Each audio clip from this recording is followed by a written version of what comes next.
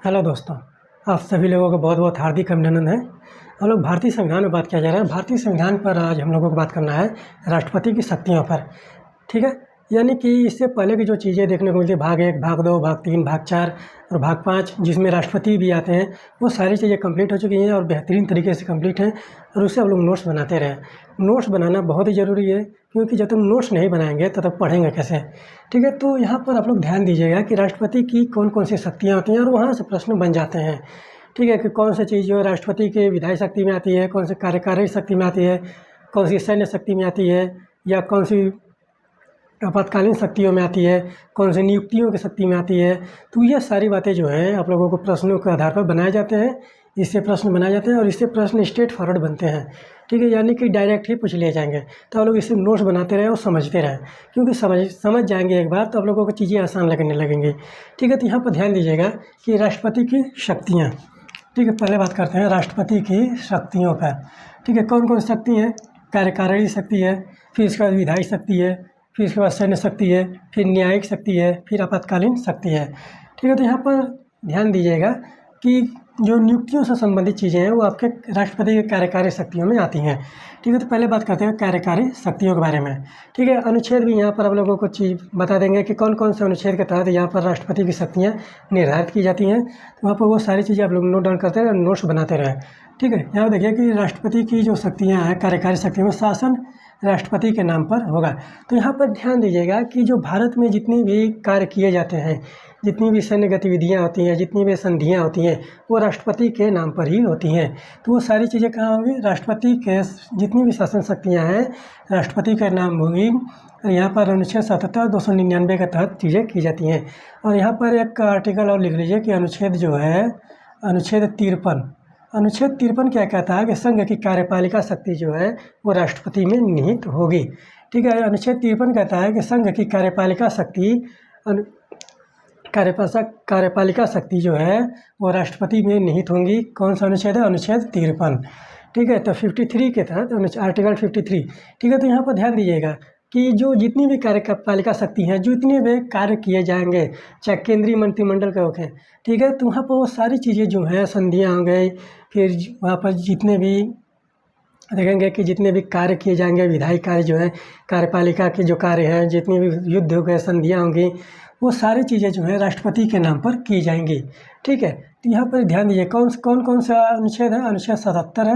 और अनुच्छेद 299 के तहत जो है वो राज्य और केंद्र की जो कार्यपालिका जो कार्य किए जाएंगे वो राष्ट्रपति के नाम पर किए जाएंगे, चाहे कोई भी चीज़ हो।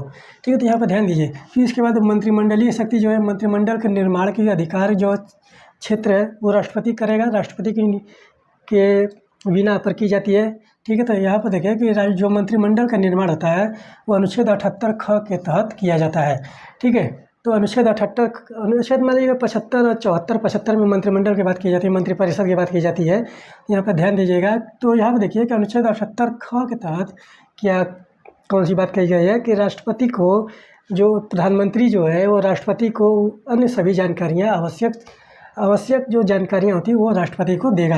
यानी कि प्रधानमंत्री के कर्तव्य राष्ट्रपति को सभी आवश्यक जानकारियाँ दें। ठीक है, तो यानी कि जितनी भी आवश्यक जानकारियाँ होंगी, प्रधानमंत्री का यह कर्तव्य होगा कि वो राष्ट्रपति को सूचित करे या राष्ट्रपति को जानकारी दे।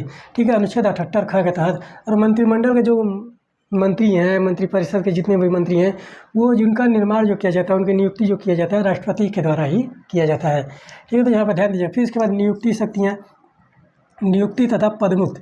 यहाँ पर एक बात ध्यान दीजिएगा कि जितने भी पदाधिकारी राष्ट्रपति के प्रसाद पर्यंत हैं, ठीक है, जितने भी पदाधिकारी राष्ट्रपति के प्रसाद पर्यंत हैं, उनको राष्ट्रपति जब मन करेगा, जब चाहेगा, उनके अक्षमता के आधार पर या उनके करप्शन के आधार पर या उनके अपने अन्य गतिविधियों के आधार पर वहाँ पर उनको पद से हटा सकता है। ठीक है, तो यहाँ ध्यान दीजिएगा कि बहुत सारे अधिकारी जो है, जैसे कि राज्यपाल हो गए, राज्यों के राज्यपाल हो गए, या SC ST के जो उच्चायोग के अधिकारी हो गए, वहाँ पर सुप्रीम कोर्ट, हाई कोर्ट के न्यायाधीश हो गए, फिर उसके बाद गवर्नर हो गए, राज्यपाल हो गए, या प्रधानमंत्री की नियुक्ति भी राष्ट्रपति के द्वारा की जाती है।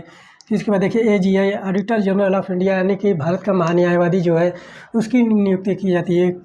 कहेगी कि comptroller auditor general of India जो है, यानी कि नियंत्रक महालेखा परीक्षक, महान्यायवादी, प्रधानमंत्री राज्यपाल और सुप्रीम कोर्ट हाई कोर्ट के न्यायाधीश, फिर जो आयोग बनाए जाते हैं उनके जो सचिव होते हैं, चेयरमैन होते हैं, उनकी नियुक्तियां जो है राष्ट्रपति के द्वारा की जाती है और उनको पद से हटाने का जो कार्य किया जाता है वो राष्ट्रपति के द्वारा ही किया जाता है। तो यहाँ पर नियुक्ति और पदमुक्त करने की जो शक्तियाँ हैं वो राष्ट्रपति में निहित होती हैं।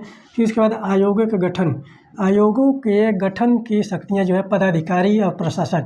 अभी हमने आपको बताया कि जितने भी आयोगों का गठन होता है, जो संवैधानिक आयोग है, वैधानिक आयोग है, जैसे कि आप मान के चलिए कि मानवाधिकार आयोग हो गया, SC ST से संबंधित जो आयोग है, चुनाव आयुक्त हो गए, तो ये सारे जो आयोग हैं, जितने भी आयोग हैं भारत में, उनके जो पदाधिकारी हैं, जो प्रशासक हैं, यानी कि जो चेयरमैन हैं, उनकी जो नियुक्ति की जाती है वो राष्ट्रपति के द्वारा की जाती है। ठीक है, तो यहाँ पर ध्यान दीजिएगा, वो आयोगों के गठन की जो बात है वो राष्ट्रपति की शक्तियों में आता है, कार्यकारी शक्तियों में आता है। फिर उसके बाद देखिए कि विधायी शक्तियाँ। ठीक है, विधायी शक्तियाँ सबसे महत्वपूर्ण है और विधायी शक्तियों से आप लोगों को पता चलेगा कि राष्ट्रपति क्या क्या कर सकता है भारत में। लेकिन यहाँ पर एक चीज़ समझ में आता है, एक चीज़ समझने वाली बात है कि राष्ट्रपति जो भी कार्य करता है वो मंत्रिमंडल के सलाह पर ही करता है। ठीक है, तो यहाँ पर ध्यान दीजिएगा। और जब राष्ट्रपति की जो शक्तियाँ जो चरम पर पहुँचती हैं वो आपातकाल के दौरान पहुँचती हैं। ठीक है, तो यहाँ पर बहुत सारी शक्तियाँ जो है राष्ट्रपति स्वयं के द्वारा ही प्रयोग कर सकता है। तो वो सारी चीज़ें आप लोग ध्यान दीजिएगा कि ज़्यादातर शक्तियाँ जो है मंत्रिमंडल की सलाह पर ही की जाती है राष्ट्रपति की। ठीक है, तो यहाँ पर देखिए कि संसद का अंग। ठीक है, तो विधायी शक्तियों में संसद का अंग जो है अनुच्छेद 79 के तहत संसद के गठन की बात की जाती है। तो संसद के गठन में कौन कौन होंगे? लोकसभा, फिर उसके बाद राज्यसभा, ठीक है, फिर उसके बाद राष्ट्रपति, ठीक है, प्रेसिडेंट हम लिख देते हैं, ठीक है, राष्ट्रपति। ठीक है, तो ये तीन लोग जो मिलकर संसद का निर्माण करते हैं, राष्ट्रपति, लोकसभा और राज्यसभा। यहाँ पर आप ध्यान दीजिएगा कि राष्ट्रपति जो होता है संसद का अंग माना जाता है, लेकिन संसद के किसी सदन का सदस्य नहीं होता। ठीक है, तो यहाँ पर ध्यान दीजिएगा कि राष्ट्रपति जो है संसद का अंग तो है, लेकिन वहाँ पर किसी भी सदन का वो सदस्य नहीं होता। और संसद के फॉर्मेशन के बारे में अगर हम बात करें तो यहाँ पर ध्यान दीजिएगा कि संसद, ठीक है, तो संसद यहाँ पर एक बार लिख लीजिएगा कि क्या क्या चीज़ें होती हैं। तो यहाँ पर लोकसभा हो जाएगा और फिर यहाँ पर राज्यसभा हो जाएगा और यहाँ पर राष्ट्रपति हो जाएगा। ठीक है, राष्ट्रपति, ठीक है, राष्ट्रपति। तो यहाँ पर ध्यान दीजिएगा कि लोकसभा और राज्यसभा, ठीक है, लोकसभा को क्या बोला जाता है? लोअर हाउस, ठीक है, लोअर हाउस। फिर राज्यसभा को अपर हाउस। ठीक है, तो यहाँ पर ध्यान दीजिएगा, ये प्रश्न पूछा जाता है। ठीक है, लोअर हाउस, अपर हाउस किसे बोला जाता है? और राष्ट्रपति। ठीक है, तो राष्ट्रपति यहाँ पर एक अभिन्न अंग माना जाता है, संसद का एक अभिन्न अंग है, अभिन्न अंग। राष्ट्रपति जो है संसद का अभिन्न अंग माना जाता है, लेकिन यहाँ पर राष्ट्रपति जो है लोकसभा राज्यसभा में से किसी भी सदन का सदस्य नहीं होता है। ठीक है, तो यहाँ पर ध्यान दीजिएगा कि संसद के कितने सदन होते हैं? सिर्फ 2 सदन होते हैं। संसद के कितने अंग होते हैं? वो 3 अंग होते हैं। यहाँ पर ध्यान दीजिएगा कि संसद के सदन, ठीक है, कितने होते हैं? 2 होते हैं। और अंग कितने होंगे? यहाँ पर ध्यान दीजिएगा, अंग कितने होंगे? 3 होंगे। ये बातें ध्यान देने वाली बातें हैं। तो यहाँ पर अगर कभी पूछिए कि संसद के कितने सदन होते हैं? 2 सदन होते हैं। ठीक है, कितने अंग होते हैं? 2 अंग होते हैं। अंग 3 होते हैं, ठीक है, सदन 2 होते हैं। ठीक है, तो यहाँ पर ध्यान दीजिएगा। और लोकसभा को ही आप देखेंगे कि प्रथम सदन बोला जाता है, लोकसभा को प्रथम सदन और राज्यसभा को द्वितीय सदन, ठीक है, द्वितीय सदन बोला जाता है। ठीक है, तो यहाँ पर ध्यान दीजिएगा। और भी बहुत सारी बातें हैं इनके विषय में, तो ये 2-3 बातें आप लोग ध्यान में रखिएगा। और जब संसद हम लोग पढ़ेंगे तो उसमें हर एक चीज़ आप लोगों को संसद के बारे में हम एकदम विधिवत तरीके से विस्तार से बता देंगे। ठीक है, तो यहाँ पे सिर्फ इतना ही ध्यान दीजिए। अभी हम लोग राष्ट्रपति के बारे में बात किया जा रहा है, ये सारी बातें हम लोग करेंगे बाद में, अभी आगे भी करेंगे। फिर उसके बाद देखिए कि संसद का अंग, राष्ट्रपति जो है संसद का अंग होगा, लेकिन किसी भी सदन का सदस्य नहीं होगा। कि किस में दिया गया? अनुच्छेद 79 के तहत, ठीक है, 79 के तहत वहाँ पर राष्ट्रपति जो है संसद का अंग होगा। फिर इसके बाद देखिए संसद के अधिवेशन बुलाने तथा लोकसभा भंग पर करने की शक्ति। ठीक है, तो यहाँ पर कौन सा? अनुच्छेद 85 के तहत आप देखेंगे कि राष्ट्रपति जो है अधिवेशनों की और बात करता है कि राष्ट्रपति जो है अधिवेशनों के गठन कर सकता है, अधिवेशनों के बुलाने की बात कही गई है। और 108 के तहत यहाँ ध्यान दीजिएगा कि राष्ट्रपति जो है संयुक्त अधिवेशन, यानी कि राष्ट्रपति जो है लोकसभा और राज्यसभा, ठीक है, लोकसभा और राज्यसभा का संयुक्त अधिवेशन ठीक है, यहाँ पर ध्यान दीजिएगा कि एक बात है, संयुक्त अधिवेशन आहूत कर सकता है। ठीक है, बुलाने की बात नहीं कही गई है, आहूत करने की बात की गई है कि राष्ट्रपति जो है लोकसभा और राज्यसभा का संयुक्त अधिवेशन आहूत कर सकता है, आहूत करेगा। ठीक है, तो यहाँ पर ध्यान दीजिएगा कि राष्ट्रपति जो है संसद का अधिवेशन बुलाने की, संयुक्त अधिवेशन बुलाने का भी वहाँ पर बात की जाती है। और यहाँ पर फिर देखिए, ध्यान दीजिएगा कि राष्ट्रपति जो है संसद का सत्रावसान, विघटन और बढ़ाने की बात भी की जाती है। ठीक है, तो वो किसमें है? अनुच्छेद 85 के तहत और 108 के तहत, अनुच्छेद 108 के तहत संसद के संयुक्त अधिवेशन को आहूत करने की शक्ति जो है राष्ट्रपति में निहित है। ठीक है, तो यहाँ पर ध्यान दीजिएगा। फिर इसके बाद देखिए कि दोनों सदनों के संयुक्त रूप से संबोधित करने की शक्ति जो है राष्ट्रपति में निहित होगी। ठीक है, तो अनुच्छेद कौन सा? अनुच्छेद 87 के तहत ये कहा गया है कि राष्ट्रपति जो है संयुक्त अधिवेशन जो होगा उसको संबोधित कर सकता है, लेकिन अध्यक्षता नहीं करेगा, क्योंकि संयुक्त अधिवेशनों की जो अध्यक्षता है वो लोकसभा का अध्यक्ष करता है। यहाँ पर ध्यान दीजिएगा कि जो संसद के सदनों के जो संयुक्त अधिवेशन को आहूत करेगा राष्ट्रपति करेगा, संयुक्त अधिवेशनों को संबोधित करेगा राष्ट्रपति करेगा, लेकिन अध्यक्षता जो है लोकसभा का अध्यक्ष करेगा। ठीक है, यहाँ पर ध्यान दीजिएगा, ये बातें ध्यान देने वाली बातें, समझने वाली बातें हैं। फिर इसके बाद देखिए कि संसद के सदस्यों के मनोनयन की शक्ति, अनुच्छेद 81 के तहत आप देखेंगे कि राष्ट्रपति जो है संसद में सदस्यों का मनोनयन करता है, और राज्यसभा में देखेंगे कि विज्ञान, कला, साहित्य और समाज सेवा के आधार पर वहाँ पर 12 सदस्यों का मनोनयन होता है। कितने सदस्य हैं? 12 सदस्य। कहाँ? राज्यसभा में। राज्यसभा में राष्ट्रपति के द्वारा 12 सदस्यों का मनोनयन किया जाता है, जो देखेंगे कि समाज सेवा से आते हैं, कला से आते हैं, साहित्य से आते हैं, और एक उसमें एक और था विज्ञान के शायद है। ठीक है, कला, साहित्य, समाज सेवा और यहाँ पर। ठीक है, तो यहाँ पर ध्यान दीजिएगा कि राष्ट्रपति जो है अनुच्छेद 80 के तहत राज्यसभा में 12 सदस्यों का मनोनयन करता है। ठीक है, और जो एंग्लो इंडियन की बात की जाती है, वहाँ पर एंग्लो इंडियन की बात जो की जाती है वहाँ पर उनको वहाँ पर संविधान संशोधन द्वारा ख़त्म कर दिया गया है। यहाँ पर ध्यान देंगे कि 103वां या 104वां संविधान संशोधन है। ठीक है, तो यहाँ पर ध्यान दीजिए कि प्रतिवेदन और प्रस्तुत करने की शक्ति जो है, यहाँ पर बजट की बात की जाती है।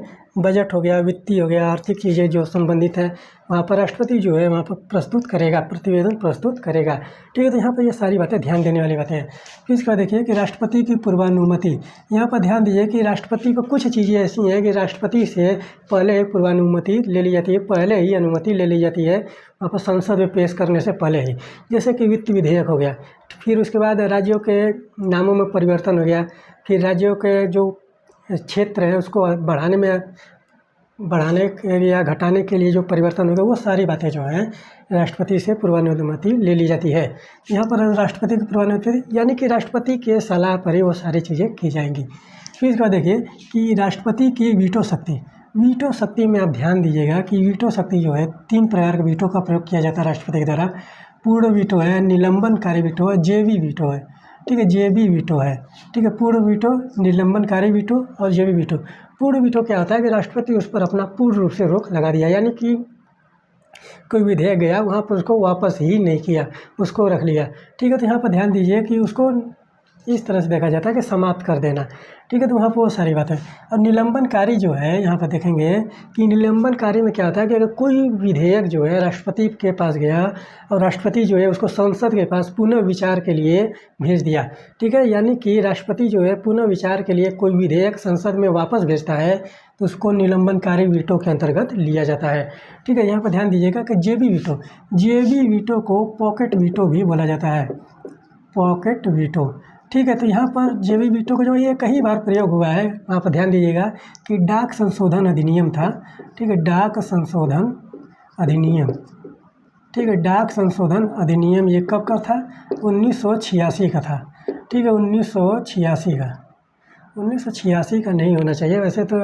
एक बार चेक करिएगा कि कब का है। डाक संशोधन अधिनियम में ही 1986 का है, ये लगभग में है। ठीक है, और कौन थे?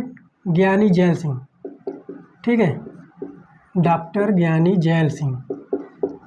ठीक है, डॉक्टर ज्ञानी जैल सिंह जो हैं ये वहाँ पर राष्ट्रपति हैं, और इन्होंने पूर्ण वीटो का प्रयोग, जेबी वीटो का प्रयोग किया गया था डाक संशोधन अधिनियम 1986 के द्वारा। ठीक है, उसमें मैं आया था, तो इन्होंने क्या किया कि उसको अपने पास रख लिया, ना उसको विचार करने के लिए भेजा और नहीं कुछ अन्य चीज़ें करने के लिए भेजा। ठीक है, तो यहाँ पर ध्यान दीजिएगा कि यहाँ पर जो वित्त विधेयक हो गए, धन विधेयक हो गए, वहाँ पर वीटो का प्रयोग नहीं होता है। ठीक है, राष्ट्रपति उसको रोक नहीं सकता। ठीक है, तो यहाँ पर ध्यान दीजिएगा। फिर उसके बाद देखिए कि अध्यादेश जारी करने की शक्ति, ये जो शक्ति है अध्यादेश जारी करने की शक्ति, सबसे जो महत्वपूर्ण शक्ति है। राष्ट्रपति चाहेगा तो यहाँ पर कोई भी चीज़ है जो भारत में लागू है उसको एक अध्यादेश जारी करके वहाँ पर निलंबित कर सकता है। ध्यान दीजिएगा कौन सा अनुच्छेद है, अनुच्छेद 123 के तहत। और यहाँ पर देखिए ध्यान दीजिएगा कि आपातकाल के दौरान जो अनुच्छेद निलंबित किए जाते हैं और जो अनुच्छेद निलंबित नहीं होते हैं, और वहाँ पर अगर आपातकाल कहीं पर लगा है तो राष्ट्रपति चाहेगा तो सारे मौलिक अधिकारों का भी निलंबन कर सकता है एक अध्यादेश जारी करके। ठीक है, तो यहाँ पर देखिए कि अध्यादेश जारी करने की शक्ति कितनी पावरफुल है राष्ट्रपति की, कि वो अध्यादेश जारी करके कुछ भी कर सकता है। एक अध्यादेश जारी करेगा और वहाँ पर कुछ भी वहाँ पर नोट करके वहाँ पर उसको निलंबित किया जा सकता है। और यहाँ पर ध्यान दीजिएगा, और ये जो अध्यादेश जारी किया जाता है ये मंत्रिमंडल के सलाह पर, यानी कि प्रधानमंत्री के सलाह पर यहाँ पर होता है। ठीक है, तो ये सारी बातें ध्यान दीजिएगा। राष्ट्रपति को एक औपचारिक प्रधान के रूप में यहाँ पर जाना जाता है, और सारी चीज़ें जो है राष्ट्रपति की, ज़्यादातर चीज़ें जो है राष्ट्रपति की वो मंत्रिमंडल के सलाह पर ही की जाती हैं।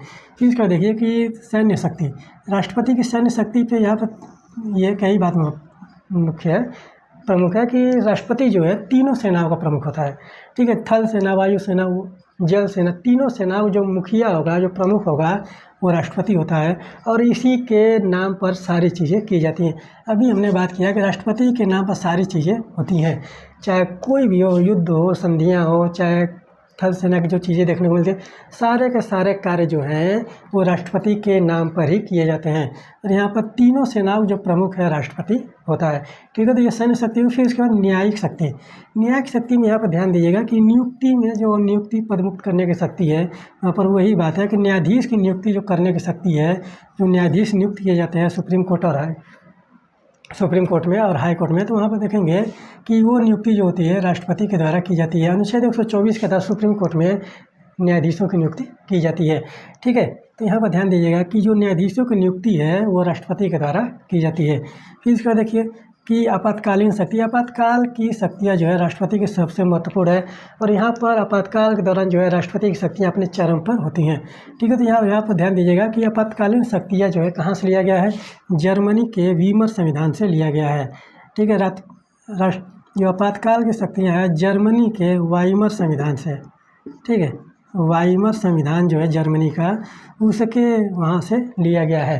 ठीक है, आपातकालीन शक्तियाँ कौन कौन सा अनुच्छेद है, 352 से ये अनुच्छेद हैं, 352 से 360। ठीक है, 352 से 360 तक के अनुच्छेदों में वहाँ पर राष्ट्रपति के आपातकालीन शक्तियों के बारे में बात की गई है। यहाँ पर 352 के तहत आप देखेंगे कि राष्ट्रीय आपात की बात की जाती है। ठीक है, राष्ट्रीय आपात। ठीक है, राष्ट्रीय आपात कब लगाया जाता है, युद्ध। यहाँ पर राष्ट्रीय आपात कब लगाया जाता है, युद्ध। ठीक है, बाह्य आक्रमण, ठीक है, बाह्य आक्रमण और सशस्त्र विद्रोह। ठीक है, इनके आधार पर राष्ट्रपति यहाँ पर राष्ट्रीय आपातकाल की घोषणा करता है 352 के तहत। यहाँ पर ये शब्द जो है सशस्त्र विद्रोह, ठीक है, इसको कब जोड़ा गया था, यहाँ देखेंगे कि 1978 में 44वें संविधान संशोधन द्वारा, 44वें संविधान संशोधन के द्वारा यह शब्द जोड़ा गया था। यानी कि 44वें संविधान संशोधन 1978 के द्वारा यह शब्द जोड़ा गया है। और यहाँ पर ध्यान दीजिए इसके पहले क्या शब्द था, आंतरिक अशांति शब्द था। ठीक है, आंतरिक अशांति शब्द यहाँ पर था। ठीक है, तो यहाँ पर ध्यान दीजिएगा कि जो वहाँ पर जो राष्ट्रीय आपातकाल है 352 के तहत, वहाँ पर युद्ध, बाह्य आक्रमण और सशस्त्र विद्रोह के द्वारा वहाँ पर राष्ट्रपति अपना आपातकाल लगाता है। राष्ट्रीय आपातकाल जिसे बोला जाता है, युद्ध, बाह्य आक्रमण और सशस्त्र विद्रोह। ठीक है, तो यहाँ पर ध्यान दीजिएगा। और जो सशस्त्र विद्रोह शब्द है वो जो 1978 में 44वें संविधान संशोधन के द्वारा वहाँ पर स्थापित किया गया था। उससे पहले जो है आंतरिक अशांति था। उसके पहले क्या था कि युद्ध, बाह्य आक्रमण और आंतरिक अशांति के आधार पर राष्ट्रीय आपातकाल लगाया जाता था। लेकिन 1978 के बाद यहाँ पर युद्ध, बाह्य आक्रमण और सशस्त्र विद्रोह वहाँ पर आपातकाल लगाया जाता है। तो ये सब बातें ध्यान दीजिएगा। फिर उसके बाद देखिए अनुच्छेद 356 को राष्ट्रपति शासन कहते हैं, ये राज्य में लगते हैं। ठीक है, इसको राष्ट्रपति शासन ठीक है, अभी देखेंगे हाल ही में मणिपुर में लगाया गया राष्ट्रपति शासन, इसको राज्य आपातकाल भी बोला जाता है, राज्य आपातकाल। ठीक है, तो यहाँ पर ध्यान दीजिएगा कि राज्य आपातकाल यानी कि राज्य में संवैधानिक तंत्र की विफलता के कारण, ठीक है, राज्य में संवैधानिक तंत्र की विफलता के कारण राज्य में राष्ट्रपति शासन लगाया जाता है, यानी कि राज्य में विधानसभा भंग हो गई। ठीक है, तो ये सारी बातें हैं, आप लोग ध्यान दीजिएगा कि राज्य में आपातकाल कब लगता है, राष्ट्रपति शासन कब लगाया जाता है, जब राज्य में संवैधानिक तंत्र जो है विफल हो जाए। ठीक है, तो यहाँ पर ध्यान दीजिएगा। तो यहाँ पर 356 के तहत राज्य में राष्ट्रपति शासन लगाया जाता है। इसके बाद देखिए वित्तीय आपातकाल। वित्तीय आपातकाल 360 के तहत लगाया जाता है और ये आज तक कभी प्रयोग नहीं हुआ। ठीक है, कभी प्रयोग नहीं हुआ है। ठीक है, वित्तीय आपातकाल प्रयोग नहीं हुआ। ठीक है, कभी प्रयोग नहीं हुआ है वित्तीय आपातकाल 360। तो ये राष्ट्रपति की आपातकालीन शक्तियाँ हैं और संशोधन करने की शक्ति जो है, और आपातकाल कहाँ दिया गया है, भाग 18 में है, संविधान के भाग 18 में राष्ट्र आपातकाल दिया गया है। ठीक है, तो यहाँ पे एक चीज़ जो संशोधन करने की बात आती है, भाग 20 में, संविधान के भाग 20 में यहाँ पर राष्ट्रपति के संशोधन करने की शक्ति है। ठीक है, राष्ट्रपति के संशोधन किया, संसद संशोधन करती है। ठीक है, तो संसद संशोधन करके जो चीज़ें वहाँ पर घटाना बढ़ाना छोटा बड़ा वो सारे कार्य जो हैं संसद के द्वारा किया जाता है। तो भाग 20 में संशोधन की प्रक्रिया है। ठीक है, संशोधन एक ही अनुच्छेद आता है, अनुच्छेद 368। ठीक है, यहाँ पर ध्यान दीजिएगा, अनुच्छेद 368 जो है एक ही अनुच्छेद आता है, और जो संशोधन है ये कहाँ से लिया गया है, दक्षिण अफ्रीका से। ठीक है, दक्षिण अफ्रीका से यह संशोधन लिया गया है। ठीक है, तो यहाँ पर ये सारी चीज़ें जो हैं राष्ट्रपति से संबंधित है। ठीक है, राष्ट्रपति की शक्तियों से संबंधित है। तो आप लोगों को यहाँ पर पता चल गया होगा कि राष्ट्रपति से संबंधित क्या क्या चीज़ें हैं। ठीक है, तो यहाँ पर ये सारी चीज़ें समझिए, और राष्ट्रपति से ज़्यादा जो है राष्ट्रपति की शक्तियों में और कुछ नहीं होता है। ठीक है, तो ये सारी चीज़ें जो है राष्ट्रपति के संबंध में है। और यहाँ पर राष्ट्रपति की जो सूचियाँ मिलती हैं, बहुत सारे राष्ट्रपति जो बनाए गए हैं उनके बारे में भी आप लोग नोट डाउन करते रहिए, क्योंकि उससे प्रश्न नहीं बनते हैं, लेकिन ये जानकारी होनी चाहिए कि कब कब कौन कौन सा राष्ट्रपति है। ठीक है, तो ये सारी चीज़ें आप लोग नोट डाउन करिए, नोट्स बनाइए। ठीक है, समझिए।